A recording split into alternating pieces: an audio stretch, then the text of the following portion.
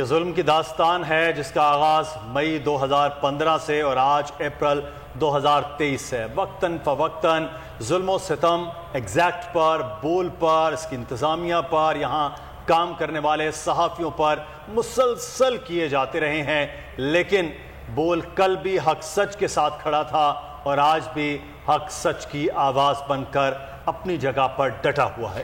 بالکل، کہنے کو ہم آزاد اسلامی جمہوری ریاست میں رہتے ہیں، سانس لیتے ہیں، لیکن خلاف اسلام ہم نے دیکھا جس طرح سے انسانی حقوق کی دھجیاں اڑائی گئی، پامالی کی گئی، وحشیانہ تشدد کیا گیا، آواز بند کرنے کی کوشش کی گئی۔ خیر، بول جیسا کہ مدثر نے کہا ڈٹا ہوا ہے، کھڑا ہوا ہے، اپنے فرائض ہم نبھاتے رہیں گے۔ اسی پر بات کرنے کے لیے ہمیں جوائن کر چکے سینئر اینکر پرسن جمیل فاروقی۔ جمیل، یہ جو کچھ ہوا ہے آپ اس سارے کو کس طرح آبزرو کر رہے ہیں؟ مقصد کیا تھا جو یہ سب کچھ کیا گیا؟ بہت شکریہ سیرش۔ ملک میں قانون نام کی تو کوئی چیز ہے نہیں، لا قانونیت سے بھرا ہوا یہ ملک ہے۔ آپ کے پاس ایک کانسٹیٹیوشنل بکلیٹ ہے، اس کو آپ استعمال کرتے نہیں ہیں، اور اگر استعمال ہوتا بھی ہے تو وہ اپنے ذاتی مقاصد کے لیے، ذاتی انا کی تسکین کے لیے، ایلیٹ کو کور دینے کے لیے، اور جو آنیسٹ اور ٹو دا پوائنٹ بات کرنے والا شخص ہوگا، حق کے ساتھ کھڑا ہوگا، اس کو دبانے کے لیے۔ یہ ملک میں آج سے نہیں، جب سے پاکستان بنا ہے تب سے یہ ہو رہا ہے۔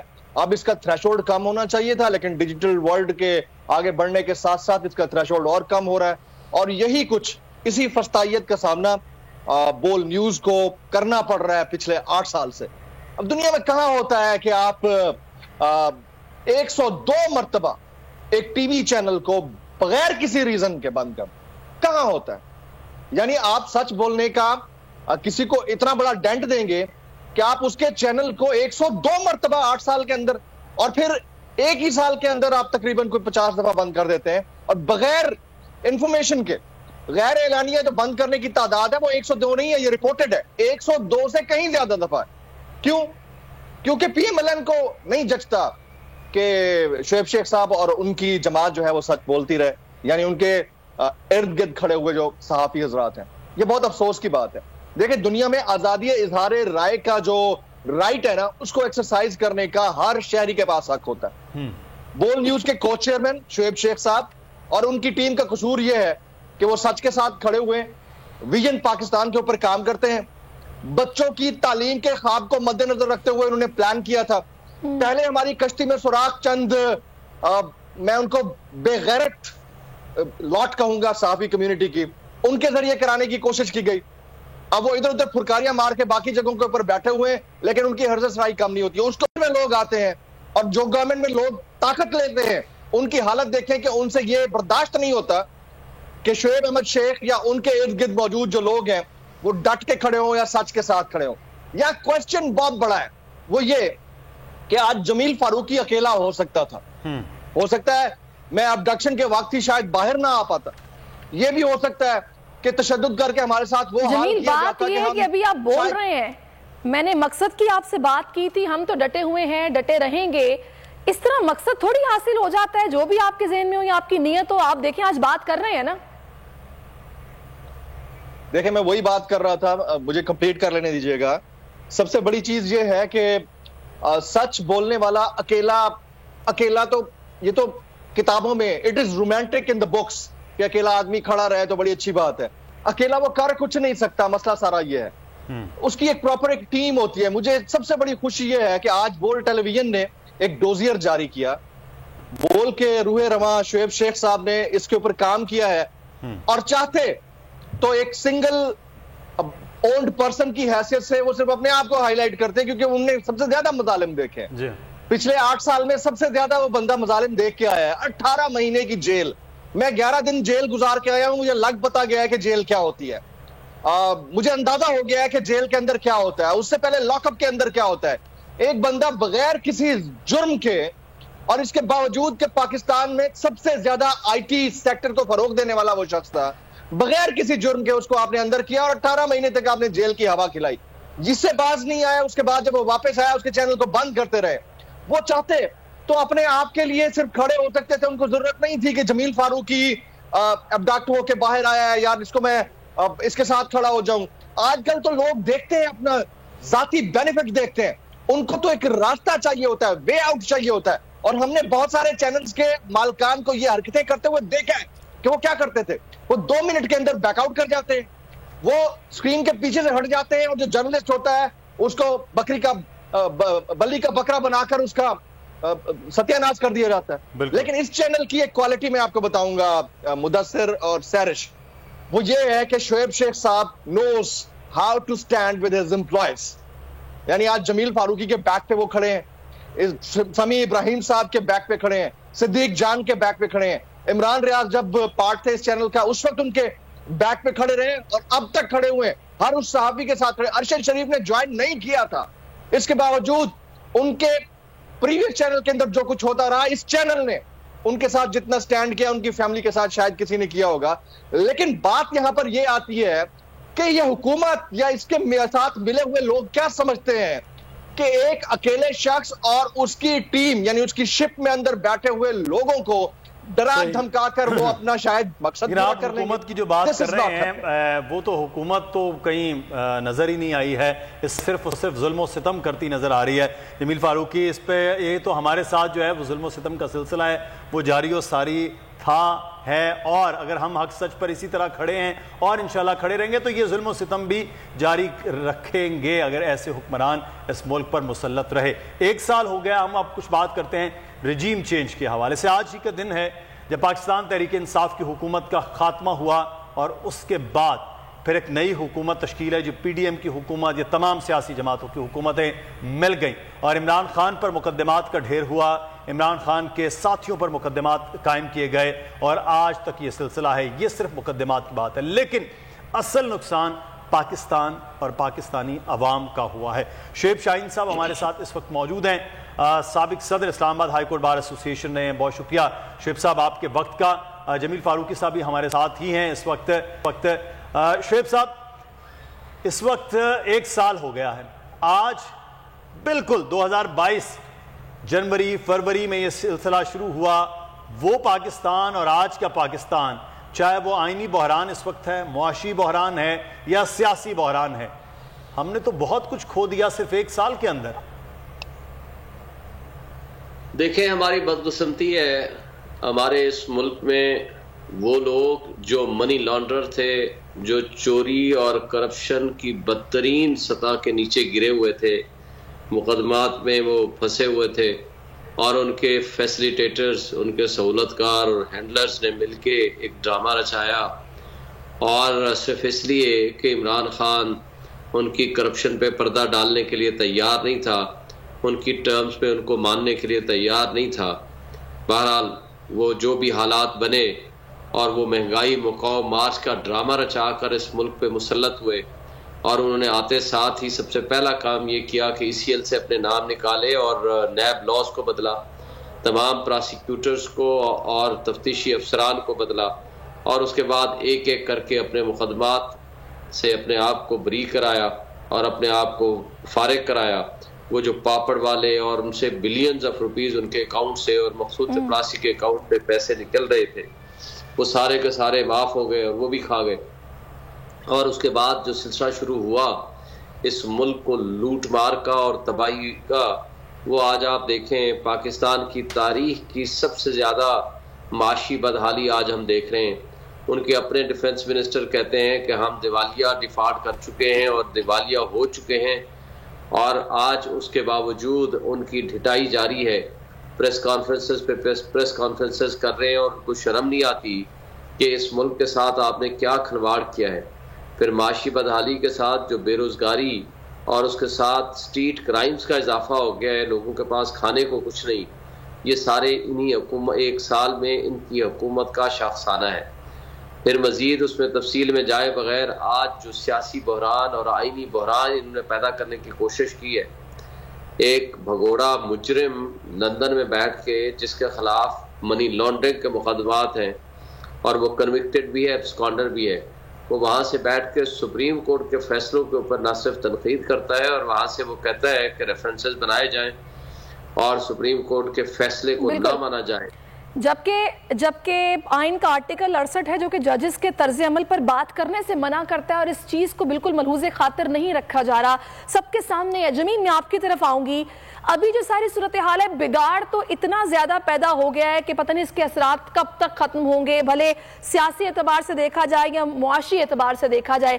لیکن ایک چیز جو اچھی ہوئی ہے، میں چاہوں گی اس پر آپ بھی روشنی ڈالیے گا کہ حکومتیں جب گھر جاتی ہیں تو اس کے پیچھے کیا کیا عوامل کار فرما ہوتے ہیں جس سے عوام واقف نہیں تھی، وہ اویئرنیس اب ملک کے بچے کو آ چکی ہے کہ اسٹیبلشمنٹ کا کردار کیا ہوتا ہے۔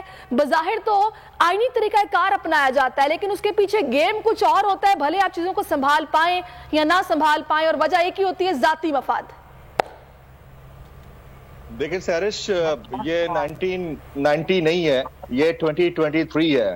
اس میں لوگ اویئر اس لیے ہیں کہ ان کے ہاتھ میں ایک عدد آلہ ہے جسے دنیا میں موبائل فون یا سیل فون کا نام دیا جاتا ہے، لیکن یہ ایکچولی ڈیجیٹل نیوکلیئر ٹریگر ہے ان کے ہاتھ میں، اور ان کو سب پتا ہوتا ہے کہ اس وقت کیا چل رہا ہے۔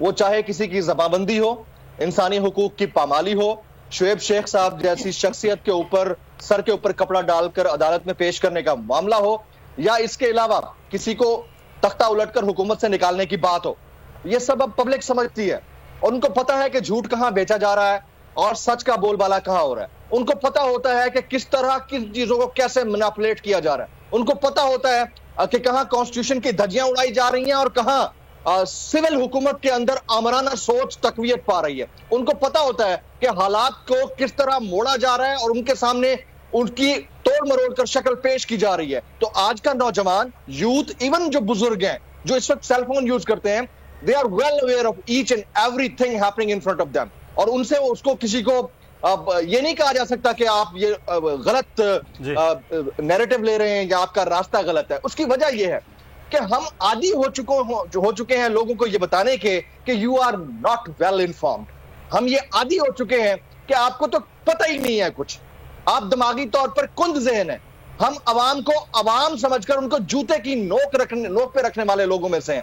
تو ہماری جب یہ سوچ ڈیولپ ہو چکی ہے پچھلے 75 سال سے، تو ہم سٹیٹ آف ڈینائل میں جا چکے ہیں۔ سٹیٹ آف ڈینائل یہ کہ آج اگر کچھ بول رہا ہے تو آپ کو پتا ہے کہ آپ جیسے چاہیں دبا دیں، شاید دب جائے گا، اور ماضی میں ہوتا رہا ہوگا۔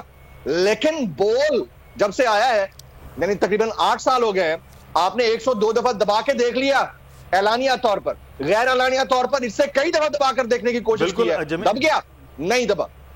بالکل جمیل، یہ بڑی امپورٹنٹ آپ نے بات کی، لیکن اس کے باوجود دبایا نہیں جا سکا۔ رجیم چینج آپریشن کے بعد اس ملک کی سیاسی معاشی جو صورتحال ہو گئی ہے اس پر ہم بات کر رہے ہیں، اور بالکل معاشی اور سیاسی صورتحال کے ساتھ ساتھ اس وقت جو سپریم کورٹ کے حوالے سے شعیب صاحب جو ہو رہا ہے، پاکستان کا سب سے بڑا ادارہ جس پر عوام کا اعتماد اس کے حوالے سے 1 سال سے بالعموم اور خاص طور پر بالخصوص یہ پچھلے 1 ماہ سے جو کچھ ہو رہا ہے، کیا نقصان اس سے ہوگا ریاست میں؟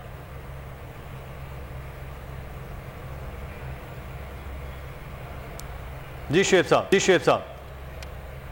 اچھا جی، پہلی بات تو یہ ہے کہ جو 1 سال کی ان کی کارکردگی رپورٹ ہے نا، میں 1 منٹ میں آپ کو بیان کر دیتا ہوں۔ نمبر 1، بدترین معاشی بحالی، سب سے زیادہ بے روزگاری پاکستان کی تاریخ میں۔ نمبر 3، کارخانے بند۔ نمبر 4، کاروبار تباہ و برباد۔ 5، ریزرو آپ کے ختم ہو گئے۔ 6، ڈیفالٹ کا خطرہ 100% ہو گیا، بلکہ ہو گیا ان کے بقول ان کے ایک منسٹر کے۔ نمبر 7، مہنگائی پاکستان کی تاریخ کی بلند ترین سطح پہ پہنچ گئی۔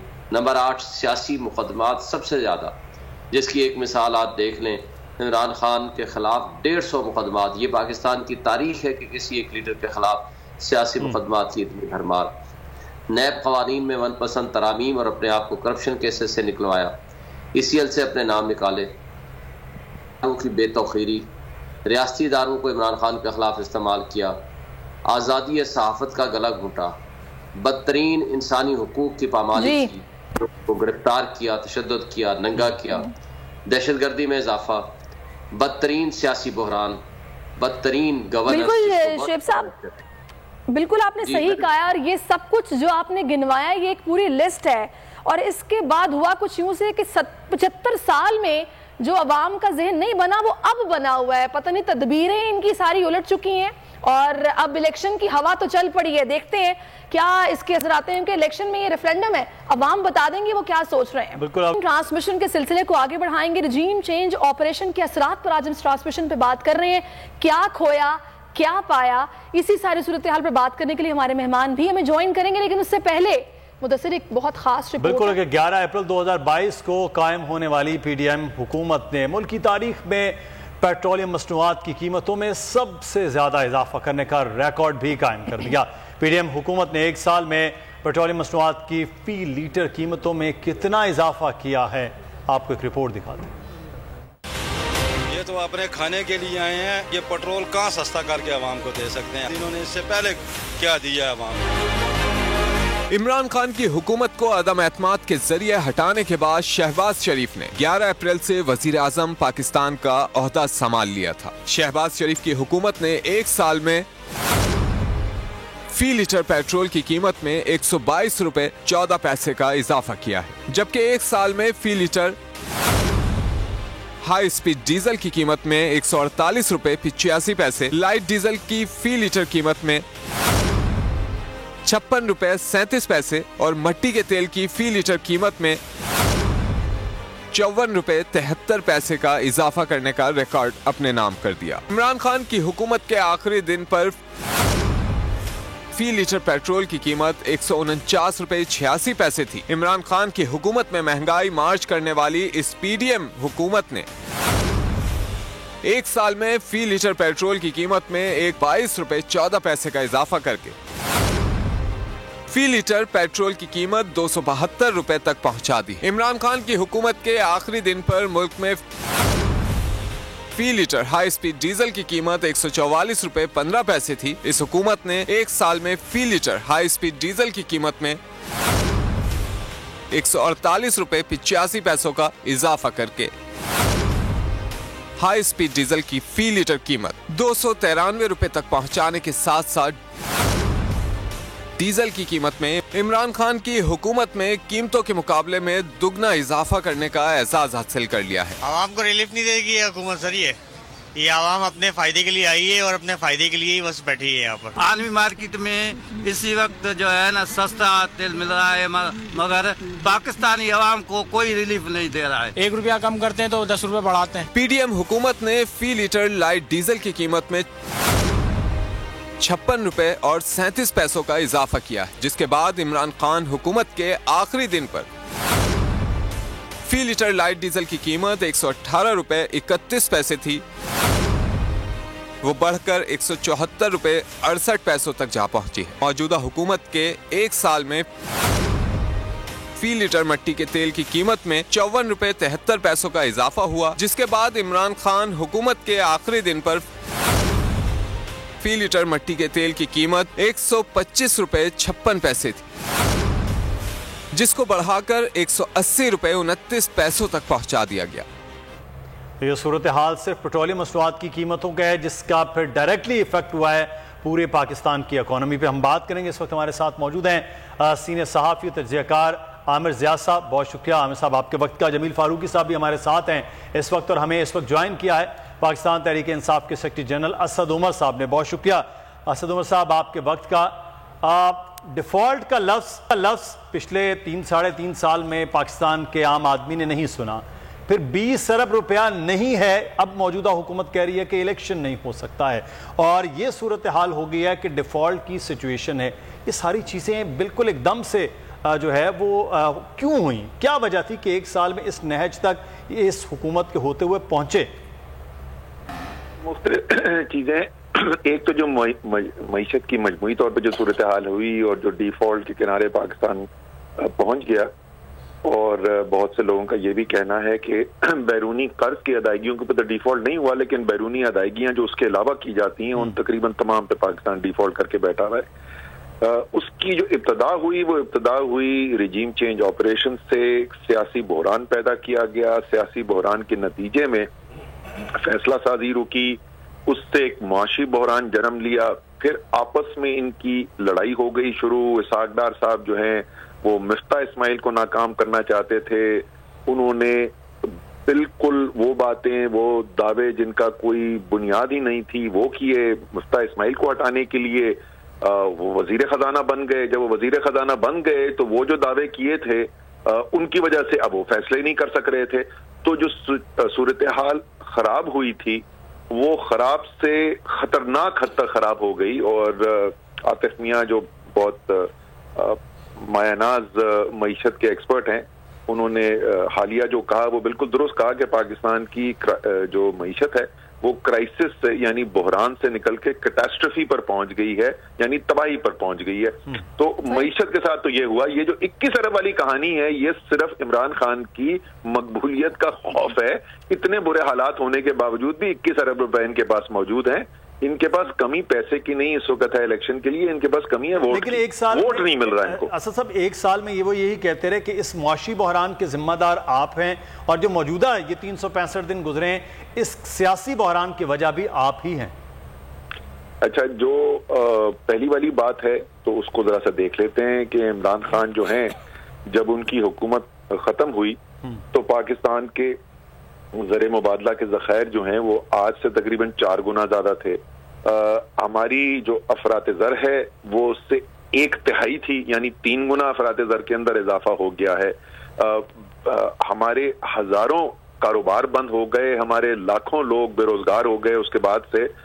تو جو اس دن عمران خان کی حکومت ختم ہوئی اس دن تمام اشاریے آپ اٹھا کے دیکھ لیں اور اس کا مقابلہ آج کر لیں تو آپ کو پتہ چل جائے گا کہ ذمہ دار تھے یا نہیں تھے. جہاں تک سیاسی بحران کا تعلق ہے وہ تو میں خود مان رہا ہوں کہ اس وقت جو سب سے بڑا سیاسی مسئلہ پاکستان میں یہاں تک بات آ گئی ہے کہ آئین توڑنا پڑے تو آئین توڑ دو. وہ ہے ہی عمران خان کا خوف کہ عمران خان ان کے سارے ووٹ لے کے چلا گیا، سارے قوم کھڑی ہوگی عمران خان کے ساتھ. اگر یہ صورتحال نہ ہوتی تو شاید ان کو آئین توڑنے کی ضرورت نہ پڑتی. صحیح. اسد صاحب مقصد صرف پاور گین کا تھا، لیکن ہم لوگ سی پیک پہ بیٹھے ہیں، عریبین سی ہمارے پاس ہے، نیوکلیر پاور ہم ہیں، سب سے بڑی فوج ہماری ہے، 5th لارجسٹ پاپولیشن ہے، قدرتی وسائل سے مالا مال ہے، ایگرو بیسڈ اکانومی ہے. اس کے باوجود آج غریب بندے کے پاس روٹی کے لیے آٹا نہیں ہے. کس طرح لوگ مر رہے ہیں؟ یہ صورتحال آخر کیوں ہو گئی؟ دیکھیں، پاکستان کی معیشت جو ہے اس کی مشکلات تو ظاہر ہے پہلے سے ہیں اور اس کی کئی وجوہات ہیں. اور اس کی ایک میرے خیال میں اگر آپ پوچھیں کہ جو بنیادی اس کی وجہ ہے وہ ہے یہی کہ پاکستان میں 22 کروڑ جو عوام ہے حاکمیت ان کے پاس نہیں ہے. بند کمروں کے اندر فیصلے ہوتے ہیں، پاور پالیٹکس ہوتی ہے، لین دین ہوتی ہے اور اس کی بنیاد کے اوپر حکومتیں بنتی ہیں اور ختم ہوتی ہیں. وہ اس کی بنیادی وجہ ہے. لیکن اسی پاکستان کے اندر 1 سال پہلے کسی ٹیلی ویژن چینل پہ آپ کو خبر نہیں مل رہی ہوگی کہ لوگ لمبی لمبی لائنوں میں لگے ہوئے، آٹے کے انتظار میں لوگ انتقال کر جا رہے ہیں. راشن بانٹنے کے لیے کوئی کھڑا ہوتا ہے کراچی میں تو لوگ مر جاتے ہیں لائن کے اندر. یہ تو اس لیے ہو رہا ہے جیسے میں نے پہلے تفصیل سے بتایا کہ کس طریقے سے معیشت کی صورتحال خراب ہوئی، کس طریقے سے 3 گنا اضافہ ہوا مہنگائی میں، جو پاکستان کی تاریخ میں جو مہنگائی نہیں دیکھنے کو ملی تھی. ساتھ ساتھ بے روزگاری پھیل رہی تھی اور حکومت وقت جو ہے وہ صبح سے لے کے شام تک اس کا مقصد جو ہے وہ پہلے ہوا کرتا تھا صرف کہ کس طریقے سے عمران خان کو گرایا جائے، ان کو گرفتار کیا جائے، ان کو نائل کیا جائے. اب ان کے پاس ایک دوسرا کام بھی آ جائے کہ کس طریقے سے chief justice supreme court Umar Ata Bandial کو گرایا جائے. تو وہ تو جب حکومت وقت دیکھ ہی نہیں رہی ہوگی کسی معاملات کو، ان کے پاس ٹائم ہی نہیں ہوگا عوام کی مشکلات کے لیے، تو مشکلات میں تو اضافہ ہی ہونا ہے اور کیا ہونا ہے. بالکل صحیح. اچھا اسد صاحب، عامر زیاد صاحب اس وقت ہمارے ساتھ موجود ہیں، وہ بھی آپ سے سوال کرنا چاہ رہے ہیں. جی عامر صاحب. صاحب 2 سوال. پہلا تو میرا یہ ہے کہ اس وقت جس طرح سے سیاست کی بند گلی میں ہم آ گئے ہیں، آپ کو لگتا ہے کہ اس سے نکلنے کے کیا کوئی راستہ ہو سکتا ہے؟ کیونکہ جو کہتے ہیں ترکیبیں آپ لڑا سکتے تھے، مطلب استعفے دے دیا آپ لوگوں نے، اسمبلیز ڈیزالو کر لی، مظاہرے کر لیے، جلسے کر لیے، اپیلیں کر لی، سب کچھ کر لیا، ٹھیک ہے نا. تو اب بھی لیکن حکومت اسی طرح مطلب قائم و دائم بھی ہے، ٹھیک ہے. وہ بہت لوگ اس کو بہت برا بھلا کہتے ہیں، تنقید کرتے ہیں. اب آپ کے پاس آگے کا راستہ ہے کیا؟ کیونکہ آثار یہ نظر آ رہے ہیں کہ وہ جوڈیشری سے بھی لڑنے کے لیے جا رہے ہیں، وہ آپ لوگوں کی بھی بات نہیں مان رہے. تو اگلی حکمت عملی کیا ہوگی آپ کی؟ دیکھیں، ہماری جو ہمارے بس میں جو ہے آئین قانون کے دائرے کے اندر رہتے ہوئے، جیسے آپ نے پہلے ذکر کیا، بہت سارے ہم کام کر چکے ہیں، ہم آگے بھی کرتے رہیں گے. اب تو پاکستان کی جمہوریت کے لیے، پاکستان کے آئین کے لیے، پاکستان کے عوام کے لیے کھڑے تھے، کھڑے رہیں گے. لیکن جو آسان ترین حل اس وقت پوری ریاست پاکستان آئین کا دفاع کرے تو پاکستان بحران سے نکلنا شروع ہو جائے گا. آپ الیکشن کی طرف چلے جائیں گے اور خود بخود پاکستان بحران سے نکلنا شروع ہو جائے گا. تو یہ اگلے چند دن جو ہیں وہ میرے خیال میں ڈسائسو دن آ رہے ہیں. ہم فیصلہ کن دنوں کی طرف جا رہے ہیں. 10 تاریخ کی ڈیڈ لائن دی ہے سپریم کورٹ نے. اعلیٰ عدلیہ نے پیسے کے ٹرانسفر ہونے کی آثار اس وقت نظر نہیں آ رہے کہ حکومت وہ کرے گی, اور جب وہ نہ کریں گے تو اس کا مطلب وہ اعلانیہ بغاوت کر رہے ہیں پاکستان کے آئین سے. اب دیکھیں اس کے بعد ریاست پاکستان کا کیا ریسپانس ہوتا ہے. اس میں اشارے کیا لگ رہے ہیں آپ کو جو آپ ریاست پاکستان کی بات کریں؟ ظاہر ہے کہ اس کا مقصد یہ کہ جو ادارے ہیں ہمارے وہ کس طرح سے رد عمل دکھاتے ہیں, تو کیا لگ رہا ہے کہ ان کا رد عمل آتا ہوا نظر آ رہا ہے؟ کچھ وہاں پہ ادراک ہے کہ اتنی مشکل صورتحال ہے, ہماری معیشت بیٹھ گئی ہے, ہمارے خارجہ تعلقات مشکل میں ہیں, ملک میں خلفشار ہے؟ جی دیکھیں, ابھی جیسے میں نے کہا کہ صورتحال ایسی پیدا ہونا شروع ہو گئی ہے کہ اب سب کو اپنی پوزیشن جو ہے نا واضح کرنے کی ضرورت ہوگی. ایک صورتحال ابھی 1-2 دن پہلے بھی آئی تھی جس وقت قومی سلامتی کمیٹی کا اجلاس ہوا تھا, اور خبر یہ تھی کہ حکومت جو ہے وہاں سے چاہتی یہ ہے کہ کسی طریقے سے قومی سلامتی کمیٹی کو کھڑا کر دیا جائے سپریم کورٹ کے سامنے, اور وہ اس میں کرنے میں ناکام رہے. تو یہ تو ایک اچھی مثبت وہاں پہ پیش رفت ہمیں نظر آئی. اور اگلے جیسے میں نے کہا کہ یہ جو آنے والا ہفتہ ہے, اس ہفتے کے اندر تو بڑی واضح ایک صورتحال پیدا ہونے والی ہے نا. یا حکومت آئین کے اوپر عمل کرے گی, سپریم کورٹ کے فیصلے پہ عمل کرے گی, یا نہیں کرے گی. اگر نہیں کرے گی تو سپریم کورٹ کے پاس تو اپنے 20, 25, 30 جتنے بھی ہیں سیکورٹی کے وہ جو دربان ہوتے ہیں, اس کے علاوہ اپنے فیصلے امپلیمنٹ کرانے کے لیے کوئی طاقت نہیں ہوتی نا. تو پوری ریاست کو ساتھ کھڑا ہونا پڑے گا پاکستان کے آئین کے دفاع کے لیے.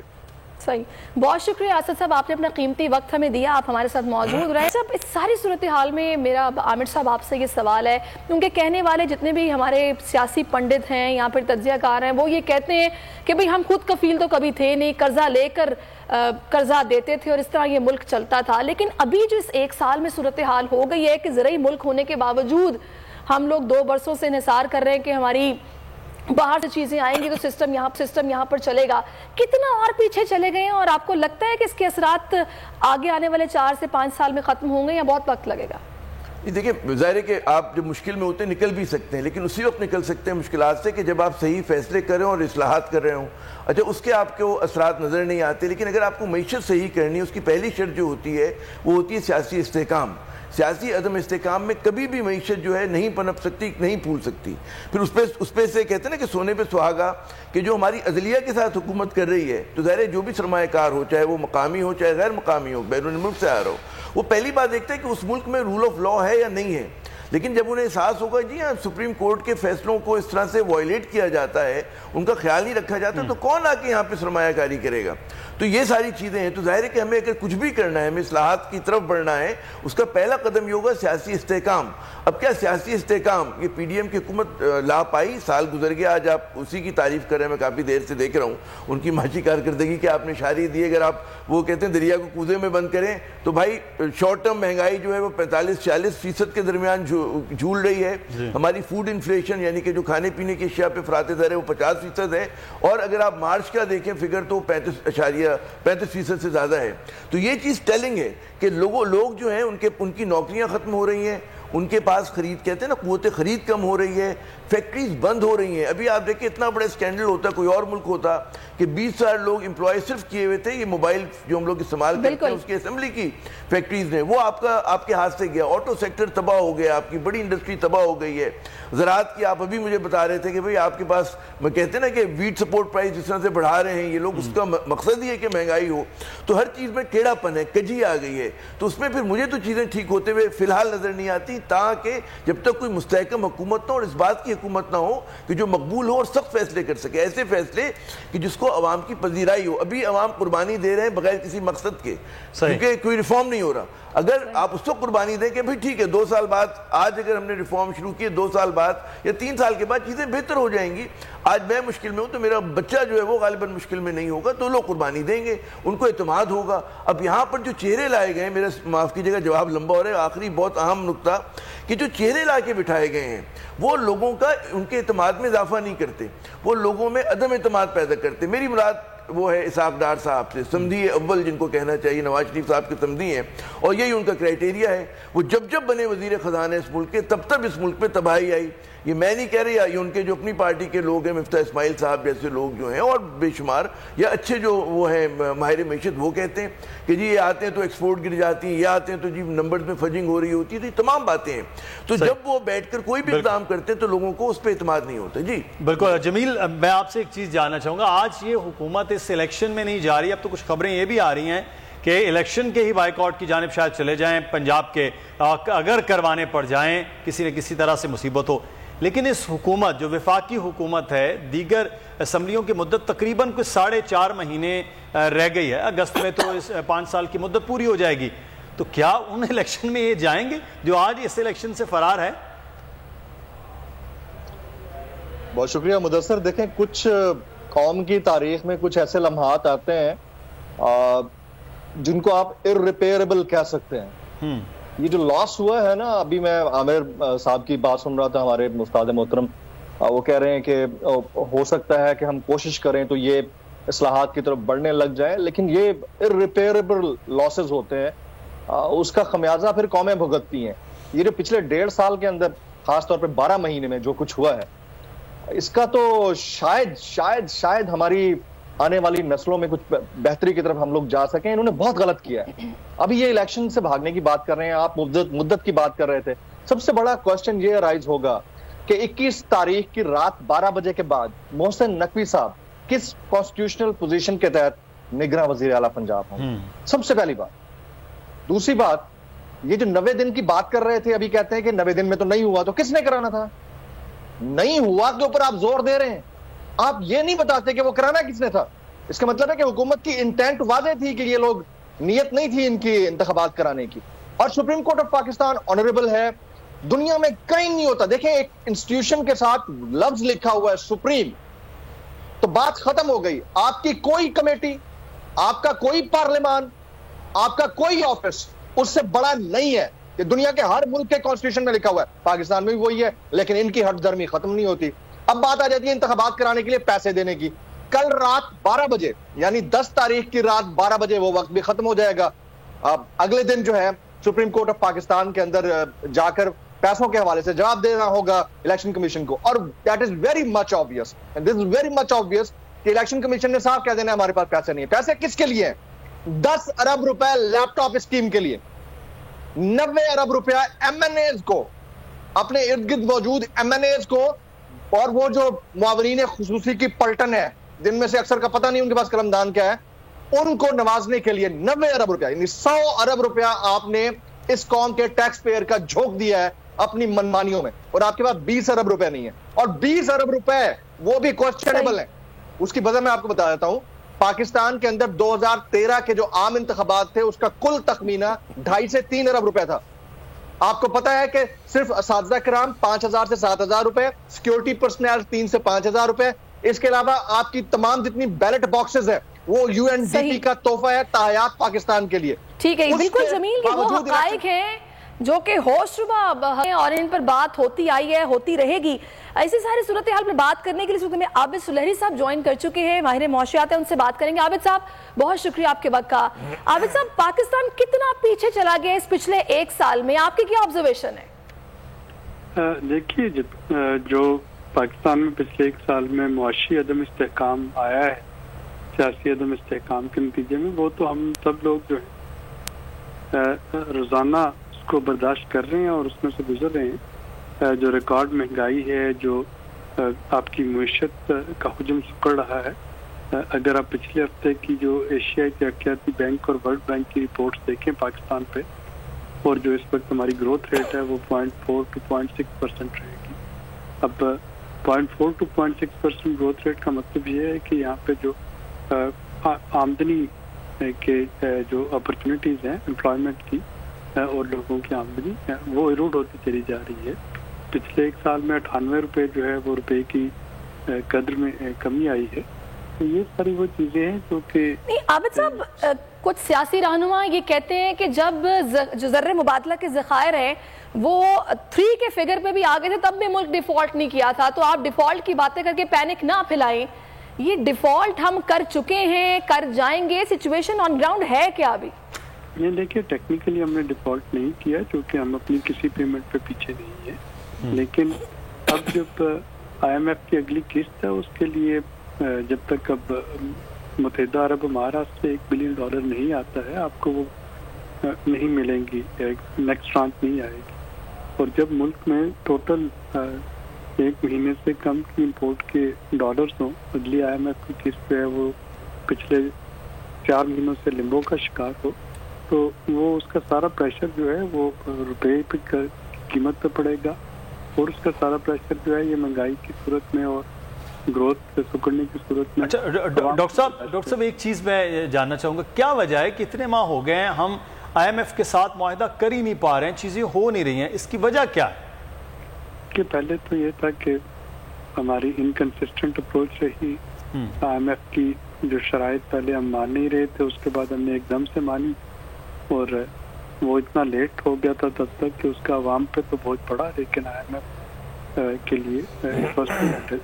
اور سیکنڈ جو تھا وہ جو دوست ممالک سے آپ کو ایشورنسز آنی تھی وہ لیٹ ہو گئی، کیونکہ دوست ممالک جو ہیں وہ کسی سیاسی جماعت کو یا کسی حکومت کو نہیں، وہ ایک مستحکم پاکستان کو بلائز کرنا چاہتے ہیں. اور جب یہی پتہ نہ ہو یہاں پچھلے 1 سال سے کہ حکومت کس کی ہوگی، اپوزیشن جو ہے وہ کب تحریک شروع کر دے گی اور کب ملک میں سیاسی بدامنی پھیل جائے گی، تو وہاں پہ کون سا دوست ملک ہے جو آ کے آپ کو رول اوور دینا شروع کر دے. بالکل، یہ بڑا اہم پوائنٹ ہے. ڈاکٹر عابد صالحی صاحب بہت شکریہ، آپ ہمارے ساتھ موجود تھے. معاشی صورتحال، سیاسی صورتحال پچھلے 1 سال میں کہاں تھی اور کیا ہو گیا، کیا سوچنے والوں نے سوچا نہیں تھا کہ ہم کیا کرنے جا رہے ہیں؟ تدبیریں الٹی ہو گئی، کیسے ہو گئی؟ خمیازہ اس وقت عوام بھگت رہے ہیں جو اس ملک کا حال ہو گیا ہے. معاشی اعتبار سے صورتحال کب بہتر ہوگی؟ کیا ایک مستحکم حکومت آنے کے بعد بہتر ہوگی؟ اس پر ہم بات کر رہے ہیں. اس وقت ہمیں PTI کے سینئر رہنما اسد قیصر صاحب جوائن کر چکے ہیں. اسد صاحب، آپ کا کیا خیال ہے، آپ کی رائے کیا ہے؟ کیا اس ملک میں اگر الیکشن ہو جاتا ہے، ایک مستحکم حکومت بن جاتی ہے، چیزوں کو بہتر ہونے میں کتنا وقت لگے گا آپ کی نظر میں؟ سب سے پہلے تو ضرورت اس بات کی ہے کہ نئی لیڈرشپ آئے، عوام اس کو مینڈیٹ دے، تو اس میں سب سے اہم ہوگا کہ اس کے اندر ایک اعتماد ہوگا.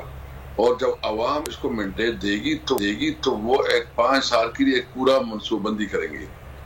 اور یہ جو اس وقت حکومت ہے یہ ڈے ٹو ڈے افیئر چلاتی ہے، ان کو الیکشن کے بارے میں اس کی خوف ہے کہ ہم نے کیا ایسی پالیسی اڈاپٹ کرنا ہے کہ ہم الیکشن جیتے. یہ کبھی بھی ڈیلیور نہیں کر سکتا. اور آپ دیکھ رہے ہیں کہ 1 سال میں ان کی جو پوزیشن ہے، یعنی آپ اکانومی کا حال دیکھیں کہ ہمارے وقت میں جو ہے ڈالر کدھر تھا، اس وقت کدھر ہے ڈالر، ہمارے وقت میں ایکسپورٹ کتنی تھی اور اس وقت کیا ہے. یعنی آپ تمام شعبوں میں اگر انالیسس کریں تو یہ کمپلیٹلی فیلیور ہے. اور آج خان صاحب جو ہے باقاعدہ ایک پورا ایک ڈیٹا بھی قوم کے سامنے رکھے گا کہ اس امپورٹڈ حکومت کے آنے کے بعد جس طرح ملک کی دیوالیاں نکالا گیا، ملک تقریباً بینک کرپٹ کے قریب ہے اور کرپشن بہت زیادہ بڑھ گئی ہے. ساتھ ساتھ جو ہے ان کی جو انہوں نے کیا ہے صرف اپنے کیسز ختم کیے ہیں، جو قانون سازی کی وہ قانون سازی بھی ایسی قانون سازی کی ہے کہ وہ اس کو فائدہ دے کہ اس کی کیسے ختم ہو. تو ہر لحاظ پہ یہ حکومت ناکام ہے، انہوں نے کوئی ڈیلیوری نہیں کی. ان کی وجہ سے اس وقت نوجوانوں میں مایوسی بڑھ گئی ہے، بے روزگاری بڑھ گئی ہے، مہنگائی پیک پہ ہے. اور ملک کی میں جو اس وقت ایک پاکستان کے بارے میں ہم نے جو اقدامات کی اس اقدامات کو سب ختم کیا. تو میں سمجھتا ہوں کہ یہ تقریباً 1 سال ہونے کو ہے. یہ جس طرح بدترین گورننس ہوئی ہے، جس طرح انہوں نے اس ملک کو چلایا ہے، تو یہ تاریخ میں ایک تاریخ دور رہے گا. بالکل، یہ اور گورننس کے معاملات تو سب کے سامنے ہیں، لیکن ایک اور جو چیز بڑی اہم ہے وہ ہے اس وقت پاکستان میں آئین قانون اور پھر خاص طور پر سپریم کورٹ کے خلاف ہونے والی پوری مہم، جس کے پیچھے حکومتی جماعتیں نظر آ رہی ہیں، بلکہ خود کھڑے ہو کے پارلیمان اور پارلیمان سے باہر بھی گفتگو کر رہے ہیں. عابد زبیری صاحب، صدر سپریم کورٹ بار ایسوسی ایشن ہمارے ساتھ موجود ہیں. عابد صاحب بہت شکریہ آپ کے وقت کا. سپریم کورٹ کے حوالے سے جس قسم کے بیانات، جس قسم کی چیزیں اور پھر احکامات کو نہ ماننے کے لیے قراردادیں لانا، وزیر اعظم کو کہنا کہ آپ عمل ہی نہ کریں، یہ سر کتنا خطرناک ہے اس وقت جو روش بنائی جا رہی حکومت کی جانب سے؟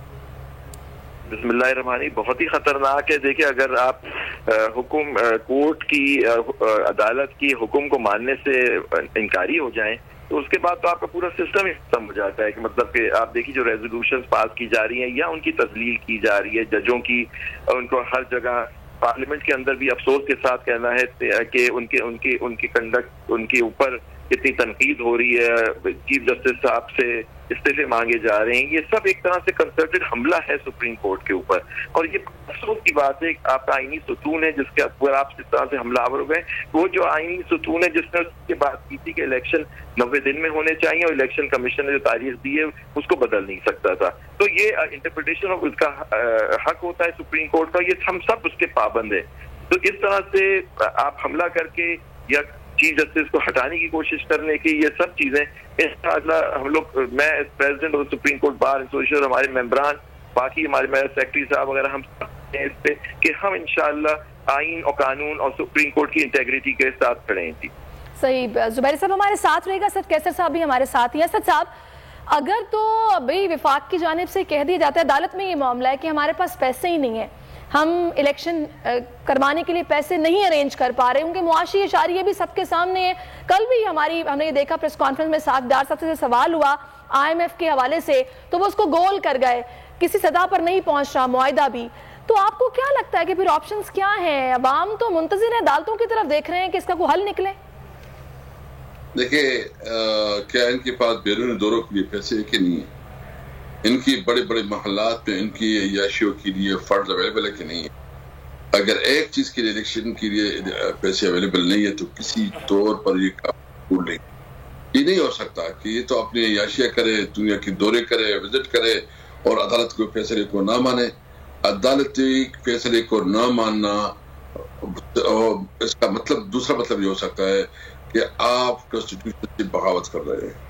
آپ جو ہے نا اس ملک کے سب سے بڑے ادارے کے ساتھ کنفرنٹیشن لے کے اس کے فیصلے کی تصدیق کر کے آپ یہ کہہ رہے ہیں کہ کوئی قانون نہیں ہے, کوئی آئین نہیں.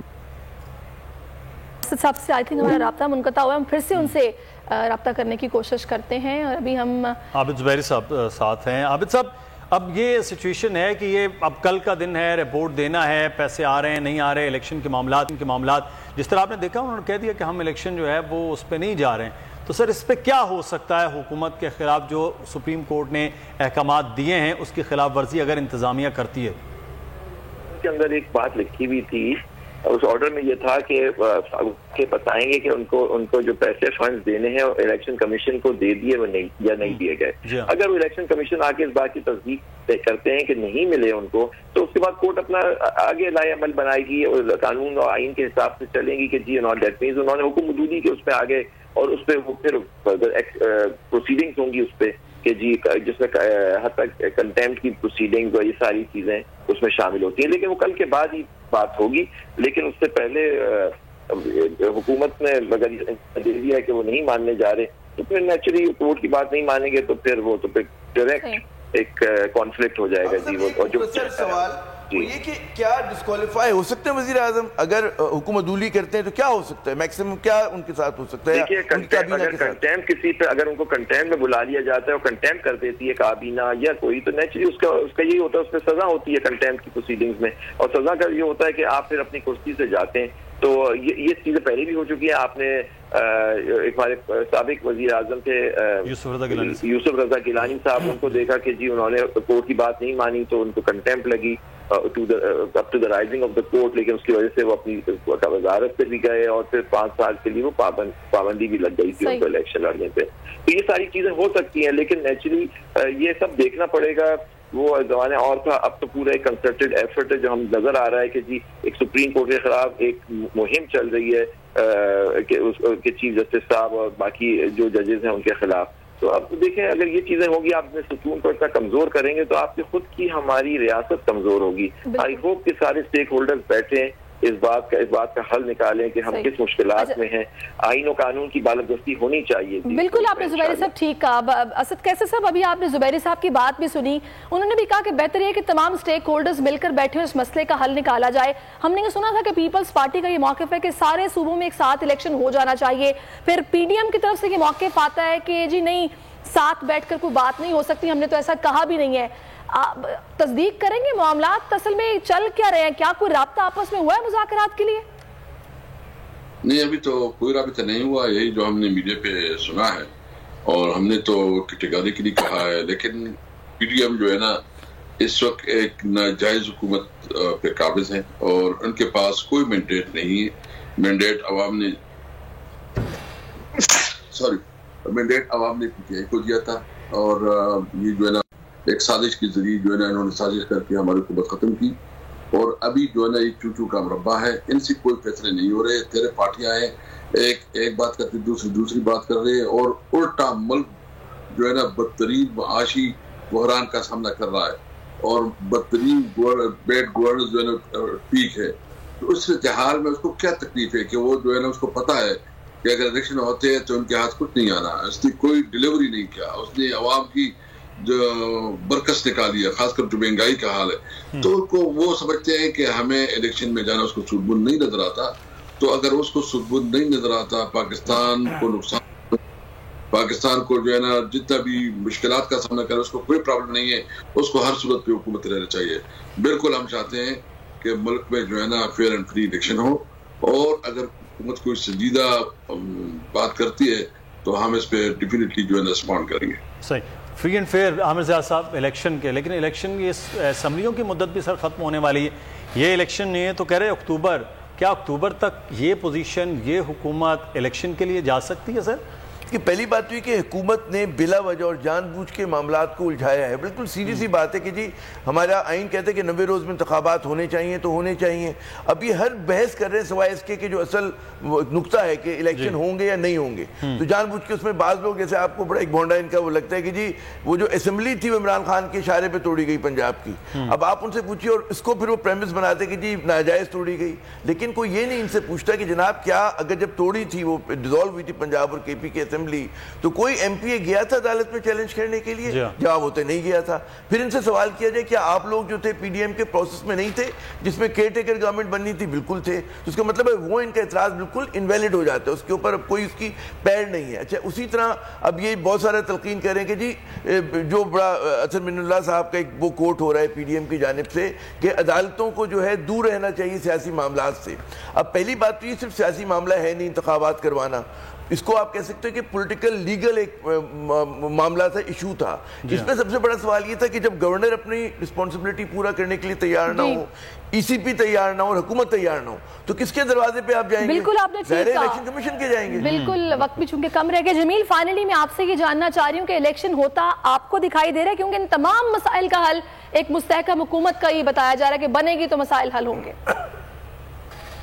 آن ریکارڈ ہے، میں پچھلے تقریباً 1 سال سے یہ کہہ رہا ہوں کہ یہ الیکشن میں جانے کے موڈ میں نہیں ہے، ان کو سوٹ نہیں کرتا نا، حکومت کو بھی سوٹ نہیں کرتا، حکومت کے جو سہولت کار ہیں ان کو بھی سوٹ نہیں کرتا، اور بات ساری انٹینٹ کی آ جاتی ہے، اور اگر ان کی انٹینٹ ٹھیک ہوتی تو گورنر اپنے ٹائم پہ ساری چیزیں کر رہا ہوتا۔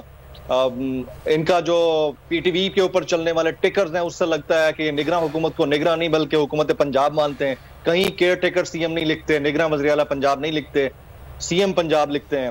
اور پھر ابھی مزید آپ کو پتہ چل جائے گا جب انہوں نے فنڈز نہیں دینے، اور 22 تاریخ کو جب آپ دیکھ رہے ہوں گے کہ محسن نقوی صاحب بھی کنٹینیو کریں گے، تو پھر ان کی جو نیت ہے وہ بھی کھل کر سامنے آ جائے گی۔ اور اگر گاڈ فاربڈ 14 مئی والی تاریخ جو سپریم کورٹ آف پاکستان کے 3 رکنی بینچ نے دی ہے اس پر کام نہیں ہوتا، تو یہ ذہن نشین کر لیجئے، مجھے نہیں لگتا کہ یہ 8 اکتوبر کو بھی انتخابات میں جائیں گے، and that was a part of صحیح۔ ٹھیک ہے جمیل، بہت شکریہ آپ کا، اسد قیصر صاحب آپ کا بہت شکریہ، زبیری صاحب آپ کا بھی شکریہ، اور عامر زیاد صاحب آپ کا بھی بہت شکریہ۔ اور آج یہ 1 سال ہو گیا ہے، آپ کی رائے کیا ہے؟ وہ یقینی طور پر آپ بول کے جو مسلسل پروگرام ہے اس پر بھی اپنی رائے کا اظہار ٹویٹر پر، فیس بک پر، یوٹیوب پر وہ دیتے رہیں گے۔ مدثر اقبال اور سیر زہیب کو اجازت دیجیے، اپنا خیال رکھیے گا، اللہ حافظ۔